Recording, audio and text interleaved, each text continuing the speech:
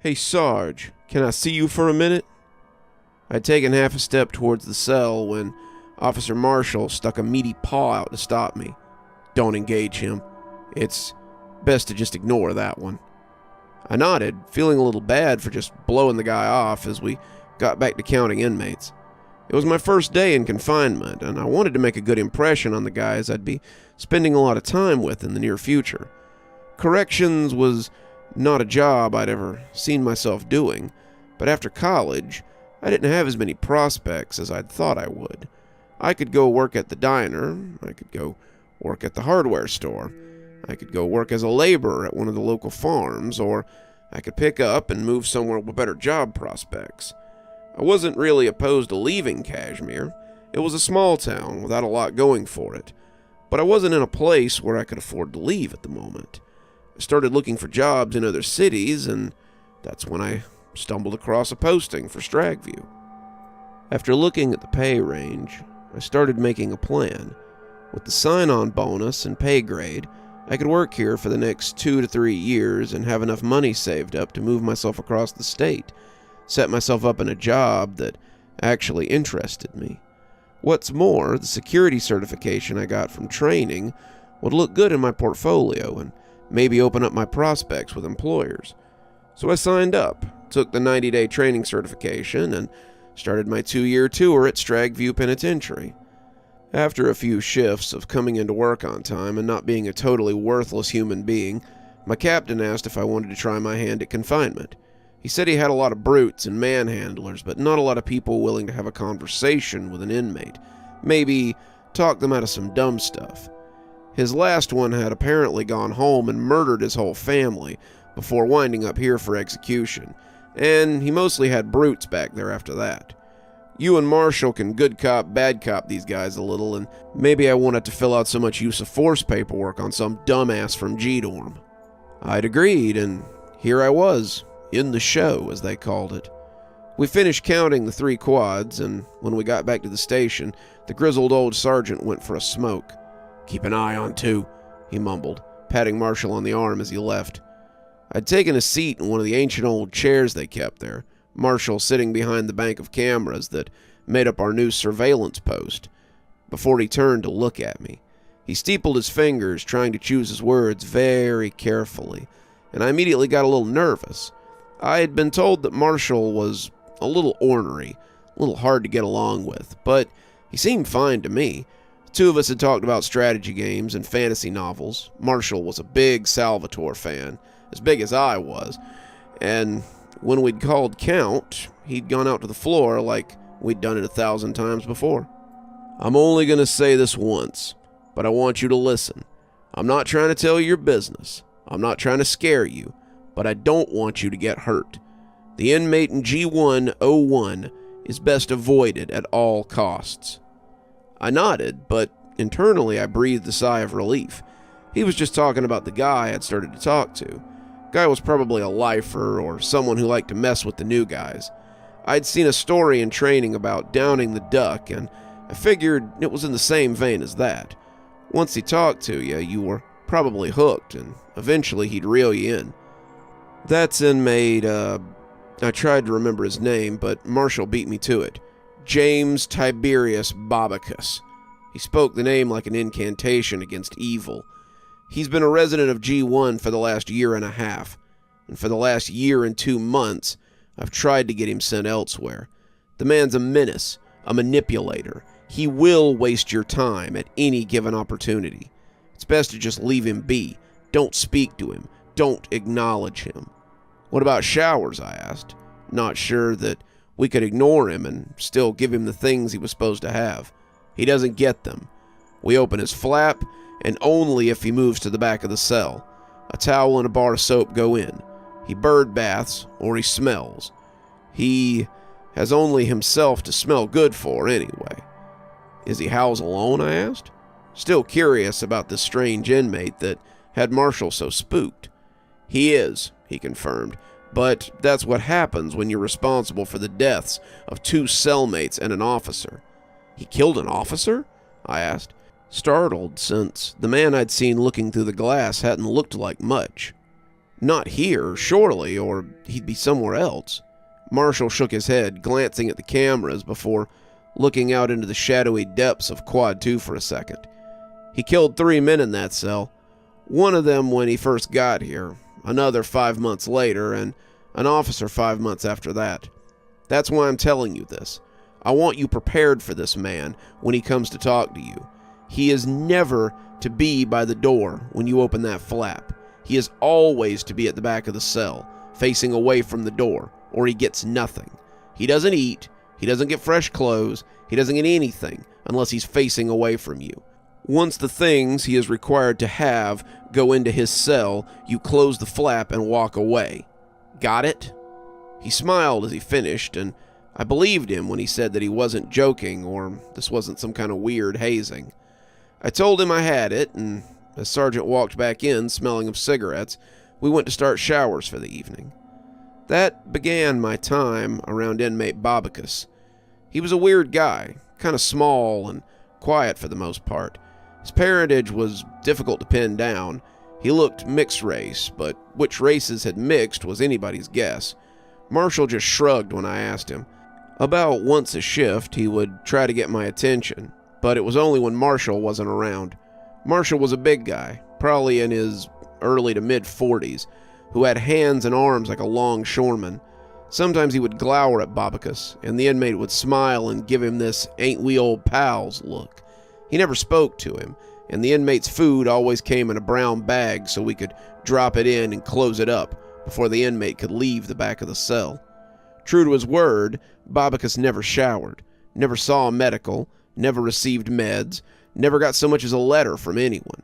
Not because we withheld these things from him, but because no one wanted to have anything to do with him.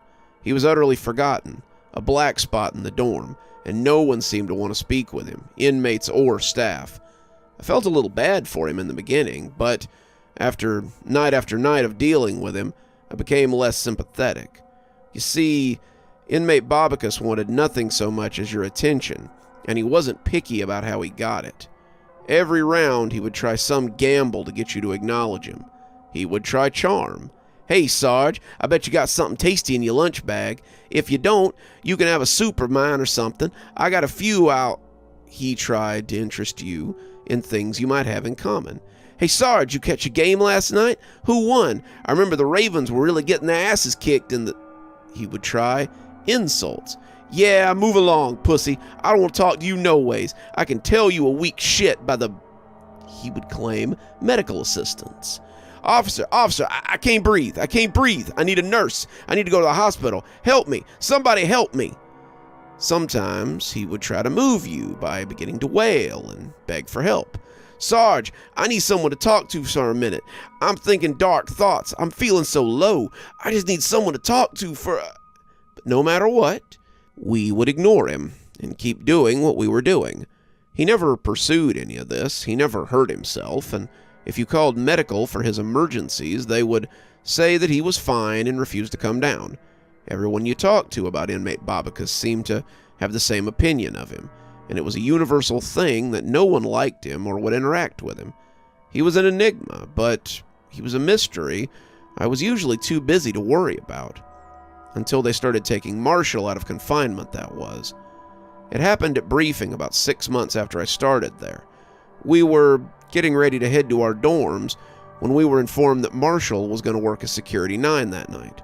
Security 9 is the front man for the captain, the power behind the throne, and is usually the one who settles issues in the dorm so the captain doesn't have to. They gave me and Sarge some new guy, Perkins, and I was told to train him up and get him ready for the show. Marshall said it would probably just be temporary, and I went to go train Perkins so he'd be a useful replacement. 4 months later, Perkins had become 40, had become vets, had finally become an officer we'd received from another facility named Adams. At this time, Sarge had been replaced by a useless Sarge named Belford. We'd come in one evening to hear that Sergeant Thomas, had been hospitalized after a bad heart attack. They weren't sure he was going to come back, despite his insistence that he needed to return to his post, and Belford had been elected to replace him as our confinement sergeant. Belford greeted Adams and I, shaking our hands and telling us it was a pleasure to work with us, but he turned out to be useless. Marshall had told me ahead of time, strictly off to the side, that he would be a poor replacement for Sarge, but I didn't believe him right away. Marshall was a good guy. We'd become very good friends over the past few months, but he could be a bit of a pessimist. He's lazy, unmotivated, and he will not do paperwork or rounds. Worse, when he tries to do paperwork, he messes it up worse than if he just didn't do it at all. Adams is lazy too, but at least he can be counted on to finish showers and help with chow. I'm sorry to be the bearer of bad news, buddy, but you're basically the confinement sergeant now. You will hate it. You will likely dream of quitting, but stick it out. In the end, I think your efforts may be rewarded. That began the worst 3 months of my life. Bedford was every bit as bad as Marshall had warned. Very few of the COs on my shift were the picture of health, but Bedford made the others look good by comparison. He would not do rounds. He would not deal with inmates unless forced, and when he did, he would simply give them whatever they wanted so he could return to his bubble. What he did do was book inmates into confinement, ruin perfectly good paperwork, and watch YouTube all night as he elevated the stock price of Hot Pockets, 1 box at a time.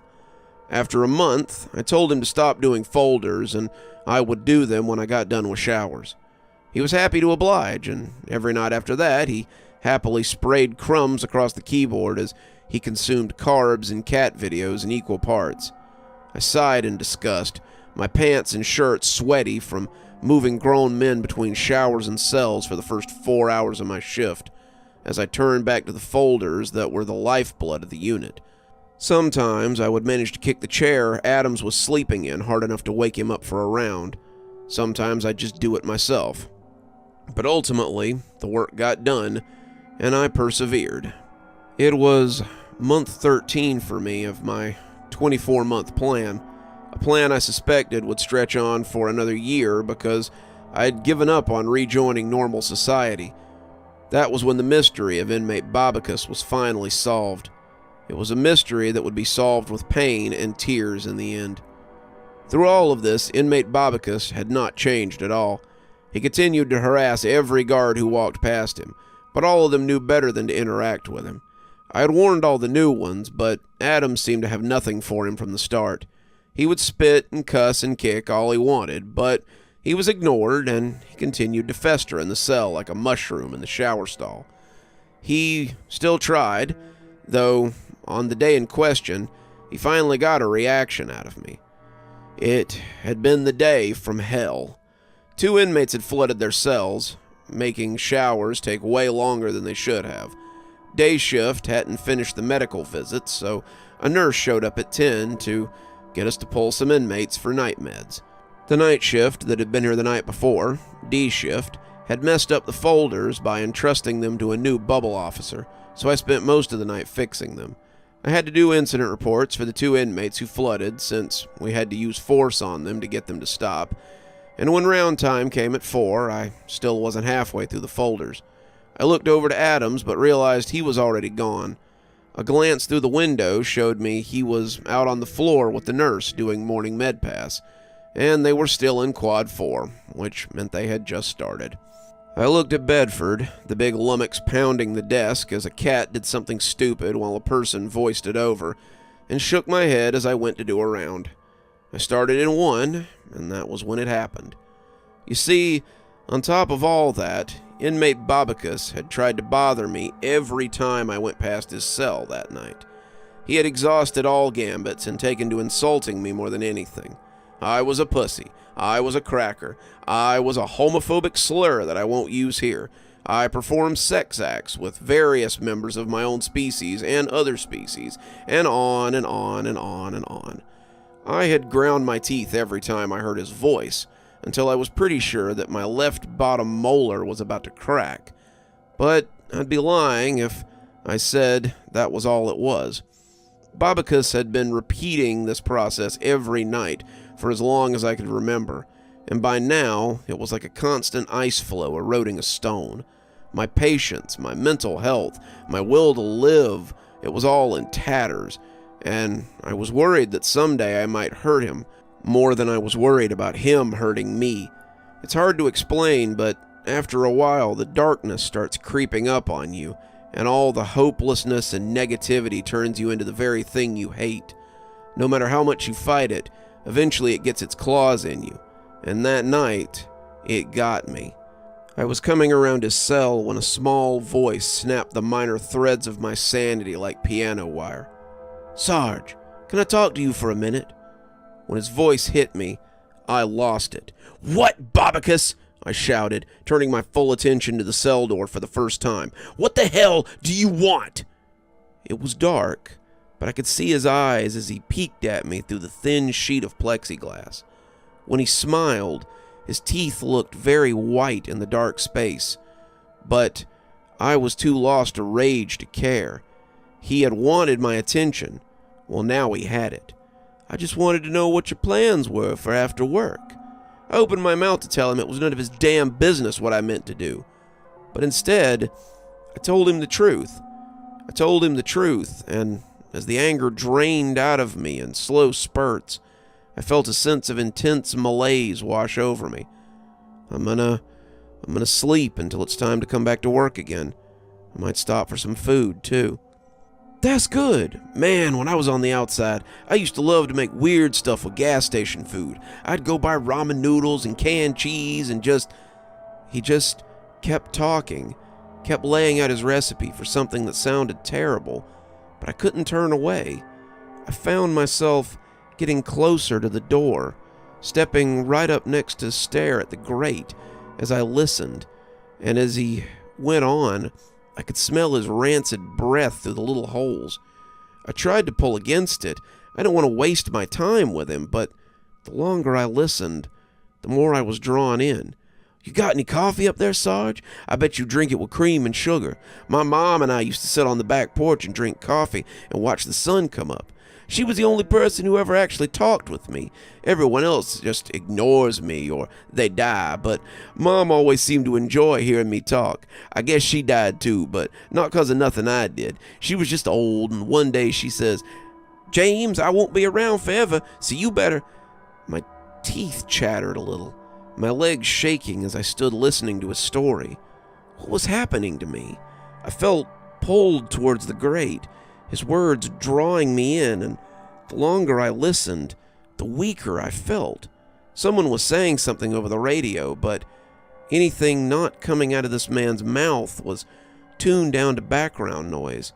I felt like I might be getting sleepy, like I might be getting ready to pass out. But Bobicus was only getting started. The longer he talked, the more sturdy his voice became. The more I listened, the less weak he sounded, the more he sounded like he was growing. How tall was the man?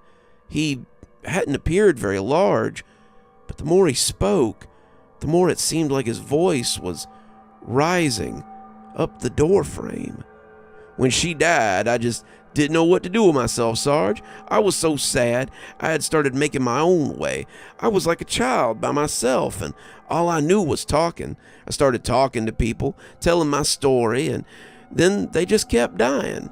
At first it was weird, just watching them shrivel up the longer they listened, but pretty soon I figured out it was me doing it. I was taking something from them, something I had never been able to take before. You see, when I was a kid, I was real shy. I only really talked to my mom and clammed up otherwise. I remember once a teacher tried to get me to talk in front of the class, but The words fell from his mouth like diarrhea, and the phrase had never been more apt to me.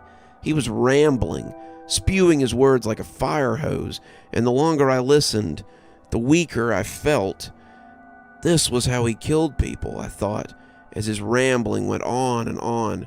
He talked them to death and stole their life. Pretty soon, he'll do the same to me, I thought, and I tried to break away so that I could get out of the vacuum. I pushed with all my might, trying to snap out of my trance, but I was in too deep. I could hear someone yelling, hear inmates kicking and screaming, but I was powerless to do anything but sit there and listen to this fool babble. When someone hit me in a football tackle, I gasped in pain as my hip impacted the stairs. I broke my hip in 3 places, and it likely saved my life. Marshall had hit me around the waist, and when he stood up, he started shouting at the quad for all of them to shut up. He very carefully avoided speaking to Babacus, but I could see him give Marshall the same knowing grin that he had fixed on him before. Marshall called medical down, and I was loaded onto an ambulance and taken to Kashmir Medical Center. It's all kind of a blur after the EMTs gave me a shot of something, but when I came back to myself, I was in a crisp, clean hospital room with Marshall sitting across from me in an oversized chair, the ones they always leave for guests. "Good. I was afraid I was too late," he said, breathing a sigh of relief. "Too late?" I asked, and I almost flinched at how brittle my voice sounded. "Belford called to tell me that you needed assistance in G. Stat, but the stupid fool didn't bother to give any details. The story is that you tripped going down the stairs and hurt yourself. The camera footage will likely go missing, and the prison will pay for your medical bills and put you on workman's comp." I nodded, wincing as my hip throbbed painfully. "Marshall, what the hell happened out there?" "What happened is you engaged inmate Babacus in conversation and discovered why no one else will. It's hard to understand if you've never seen it in action, but now you know better." Marshall flexed his fingers for a moment, trying to find the words to convey what I was really asking, and finally decided to just push ahead. "About a year before you started, I made the same mistake. I knew better. I'd been told better, but Babacus is crafty. He picks and picks and picks until you just can't take it anymore. That night he finally got under my skin. I had an inmate in the quad kicking his door and threatening to hurt himself, and the captain we had made Belford look like a super cop. He refused to come down and deal with it, telling us to handle it, and Babacus happened to be his neighbor. I'd answered him honestly, thinking it was the guy in the cell that I'd been dealing with, and before I knew it, he had me. I stood there and listened to his nonsense, feeling my energy get sapped away as he talked. He had me for about 3 minutes before Sarge noticed what was happening. My fellow floor officer was at the captain's office. He was useless and was out flirting with the girl who did all the paperwork for our useless captain, and Sarge popped the emergency keys and ran to save me.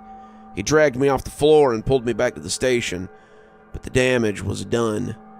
Marshall looked at me then, really looked at me, and I saw pain behind his eyes as he asked his next question. "How old do you think I am?" I shook my head. "I don't know. 40? 43 tops."